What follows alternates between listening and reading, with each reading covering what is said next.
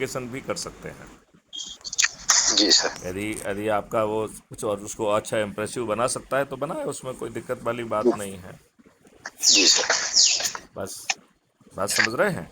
जी देखो राकेश, इसमें एक बहुत बड़ा निर्णय लेना है कि जी हम अपने बच्चों को विरासत में क्या छोड़ के जा रहे हैं। जी ये बहुत बड़ा निर्णय है। आपकी जलवायु दूषित हो चुकी है कि नहीं हो चुकी है? जी आपका हर चीज दूषित है इस समय। जी। ये बात आप समझ रहे हैं क्या? नहीं, सही है सर, है। तो अब हमारा क्या कर्तव्य है, ये कुछ कोई सोचेगा या कोई नहीं सोचेगा?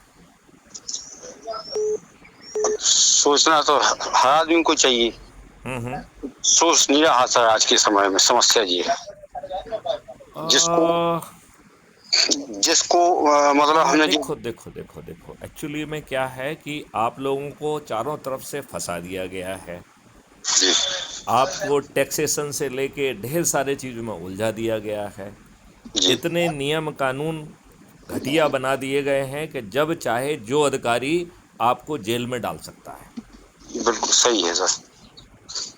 तो ये अंग्रेज़ों की रणनीति थी, उसी रणनीति को आगे बढ़ाते हुए सब जो है लाट साहब बन गए हैं और आम आदमी वो गुलाम और दास बन गया है। जी घटिया चीज़ों को, लाभ को कमाने के लिए हम नकली दूध को बना रहे हैं कि नहीं बना रहे हैं? बिल्कुल बना रहा। हम जो है पेस्टिसाइड और फर्टिलाइज़र को हमने अपने खेत में डालकर उसके अंदर जो मित्रवत जीवाणु थे उन सबको ख़त्म कर दिया है। तो जी हमारी मिट्टी जो है वो मृत प्राय हो गई है। जी आज हम जो केमिकल फर्टिलाइज़र और पेस्टिसाइड से जो अन्न पैदा कर रहे हैं वो अन्न कैंसर कारक हो गया है। जी यदि हम इसको रिवर्स नहीं कर पाए तो 10 साल में भारत देश की 66% पॉपुलेशन कैंसर से पीड़ित होगी। जी इसका मतलब समझ रहे हैं आप? जी इसका मतलब है कि 100 करोड़ लोग आज से 10 साल बाद वो देश में कैंसर से पीड़ित होंगे। इसका मतलब है कि हर परिवार के 3 सदस्यों में से 2 को कैंसर होगा। जी तब हम बात क्या करेंगे आपस में? मैंने यदि आपको फ़ोन लगाया तो आप कहेंगे सर अभी 10 मिनट वेट करें, थोड़ा सा मेरा केमोथेरापी चल रहा है। क्या ये कहना चाहते हैं? हमारा एग्रीकल्चर कैसा होगा उस समय? हमारा सर्विस इंडस्ट्री कैसी होगी? हमारा व्यवसाय कैसा होगा? जी और अस्पतालों के सामने भीड़ कैसी होगी? आपके चेहरे पर पीड़ा के, विषाद के जो भाव होंगे वो कितने खतरनाक होंगे। जी हम जी रहे होंगे लेकिन हमारा जो जीवन है, जो भी हम 2 4 10 साल जो है कैंसर में पीड़ित रहते हुए अपने आप को निकाल पाएँ, वो हमारे लिए क्या एक अवसाद नहीं होगा? जी तो यहाँ एक और तो ये हालात हैं। दूसरी बात है कि आपकी बात सुनवाई होती नहीं है सही की, आपके विरुद्ध झूठे मुकदमे कायम हो रहे हैं। जी तो अब सवाल उठता है कि हमारे पास विकल्प क्या है?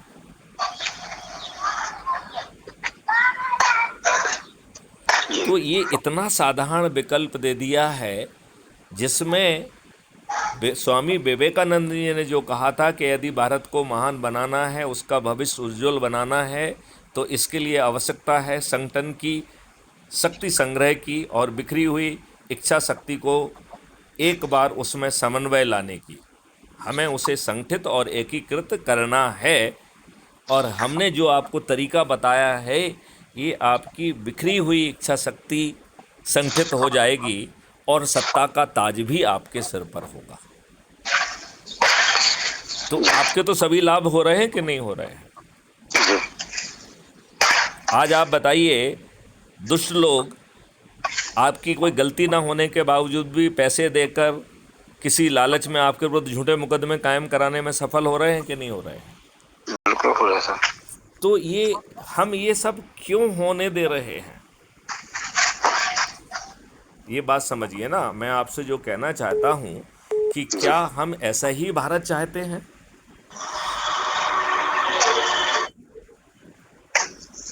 ये बहुत बड़ी बात है। जी लिहाजा मेरा ऐसा मानना है कि हमें अब ये शुरुआत करना चाहिए, और इस शुरुआत में हमें एक मासिक प्रोग्राम रखना चाहिए जिसका अच्छे भारत की संकल्प यात्रा, ये उसका भविष्य का नाम बता रहा हूँ मैं, अभी इसका नहीं बता रहा हूँ। जी तो हर पूर्णिमा को किसी एक टाउन को चयन करो और वहाँ जाकर इसका आयोजन करो। ये चर्चा जो है, आप जब होली समारोह में सब लोग इकट्ठे हों तो उस समय ये विचार उनके सामने रखो। जी यदि ऐसा करोगे तो जो अधिक से अधिक लोगों को जोड़ेगा, और यदि 82 की मेरिट लिस्ट में आ गया तो वो केंद्रीय मंत्री बन जाएगा, और यदि 543 में आ गया तो उसे कोई भी सांसद बनने से नहीं रोक सकता है। तो आम के आम गुठलियों के दाम, भारत सरकार के पास 20 गुना ज़्यादा पैसा पहुंच रहा है। तो 5 साल के बाद आपको टैक्स नहीं देना होगा, आपकी ज़िंदगी कितनी आसान होगी। भारत के हर नागरिक को 5 ऐसे मौलिक अधिकार मिल जाएंगे जिसमें रोजगार का मौलिक अधिकार, और वो ऐसा मौलिक अधिकार होगा जो आपके पोटेंशियल को पहचान कर उसका रोजगार आपको प्रदान करेगा। राकेश, मैं आपसे पूछ रहा हूँ, आपके स्वर्गीय पिताश्री ने कभी आपका पोटेंशियल जानने की कोशिश की थी?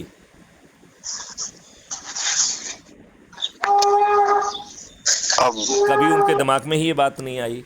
नहीं है सर। नहीं जी आई। क्या समाज ने, किसी ने आपका पोटेंशियल जानने की कोशिश की? नहीं सर। क्या आपकी शिक्षा व्यवस्था ने आपकी पोटेंशियल को जानने की कोशिश की? नहीं सर। क्या देश ने आपकी पोटेंशियल को जानने की कोशिश की?